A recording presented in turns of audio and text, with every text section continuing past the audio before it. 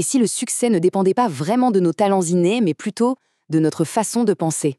C'est l'idée un peu folle mais super puissante qu'on va explorer aujourd'hui. On va se plonger dans les concepts du livre Oser réussir, changer d'état d'esprit de Carol S. Dweck.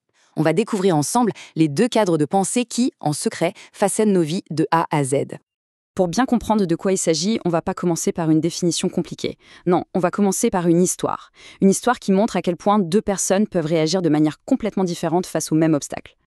Alors, imaginez la scène. Un enfant de 10 ans face à un puzzle super difficile. Au lieu de se sentir frustré ou de baisser les bras, il se frotte les mains et s'exclame « J'adore les défis ». Un autre va même jusqu'à espérer que ce sera instructif.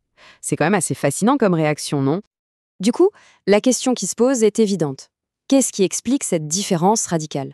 Pourquoi certains voient un défi comme une chance de grandir, alors que pour d'autres, c'est une véritable menace à éviter à tout prix? Eh bien, la réponse, d'après les recherches de Carol Dweck, elle se trouve dans ce qu'elle appelle notre état d'esprit. Pour être plus précis, ça tient à 2 croyances très différentes sur nos propres capacités. Alors voilà, on a d'un côté ce qu'on appelle l'état d'esprit fixe. C'est la croyance que nos qualités, notre intelligence, tout ça, c'est gravé dans la pierre, ça ne bouge pas. Et de l'autre côté, on a l'état d'esprit de développement. Là, c'est tout l'inverse, on part du principe que nos qualités, on peut les cultiver, les développer, grâce à nos efforts. Si on est dans un état d'esprit fixe, on croit qu'on est né avec une certaine dose d'intelligence, un certain caractère, et puis c'est tout. Du coup, toute notre vie tourne autour d'un objectif, prouver qu'on est doué, et surtout, cacher nos faiblesses. À l'opposé, avec un état d'esprit de développement, le point de départ est totalement différent. On ne sait pas de quoi on est capable. Le potentiel est vu comme quelque chose d'inconnu, qui peut se révéler avec des années de passion, de travail, d'acharnement. Ici, on est convaincu que nos capacités peuvent être développées. Et ce qui est vraiment fou, c'est que cette simple croyance de départ, eh bien, elle change absolument tout. Ça crée 2 mondes psychologiques complètement différents. Ça redéfinit entièrement le sens qu'on donne à des choses aussi fondamentales que l'échec et l'effort.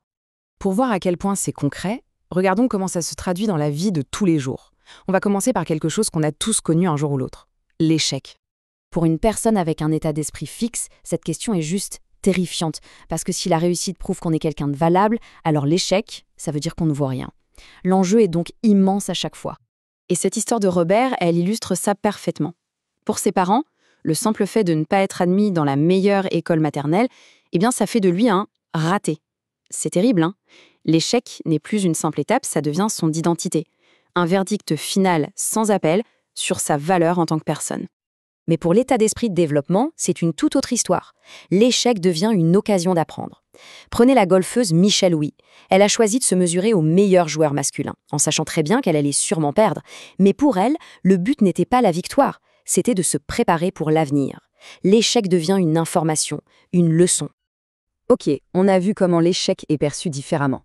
Maintenant, passons à un autre concept tout aussi important et que ces états d'esprit redéfinissent complètement, l'effort. Dans le monde de l'état d'esprit fixe, il y a cette croyance que si on est vraiment doué, un génie, on ne devrait pas avoir besoin de faire d'efforts. Tout devrait être facile, naturel. Du coup, l'effort, ça devient un signe de faiblesse. C'est la preuve qu'en fait, on n'est peut-être pas si talentueux que ça. Et c'est exactement pour ça que dans cet état d'esprit, on a tendance à trouver des excuses. Le joueur de tennis John McEnroe en est un exemple parfait. Il mettait ses défaites sur le compte de n'importe quoi. La cire sur le terrain, un rhume, tout, sauf un manque de préparation. C'était sa manière de protéger son image de génie qui n'a pas besoin de travailler. Par contre, dans l'état d'esprit de développement, l'équation est complètement inversée. L'effort n'est plus du tout un signe de faiblesse. Au contraire, c'est vu comme la clé, l'ingrédient magique qui active notre potentiel et le transforme en réussite concrète. Il suffit de penser à des légendes comme Michael Jordan ou le pilote Chuck Yeager. Eux ne se voyaient pas comme des gens nés avec un don. Ils se voyaient comme des bosseurs acharnés. Pour eux, l'effort n'était pas la honte, c'était la source même de leur talent et de leur grandeur. Tout ça nous amène au message le plus important et franchement le plus optimiste de toute cette approche. Le point crucial à retenir, c'est que ces états d'esprit ne sont pas des traits de personnalité fixés pour la vie. Non, ce sont juste des croyances. Et comme toutes les croyances, on peut les changer. On a donc le choix du monde dans lequel on veut vivre. En fait, choisir l'état d'esprit de développement, c'est choisir une vie guidée par l'engagement et l'apprentissage, plutôt qu'une vie dominée par la peur du jugement et de l'échec. Au final, le choix de notre état d'esprit, c'est ça qui va définir l'histoire de notre vie. Est-ce que ce sera l'histoire d'un potentiel qu'on n'a pas osé explorer ou l'histoire d'un engagement total, d'une personne qui a tout donné pour ce qui comptait vraiment? La bonne nouvelle, c'est que cette décision nous appartient.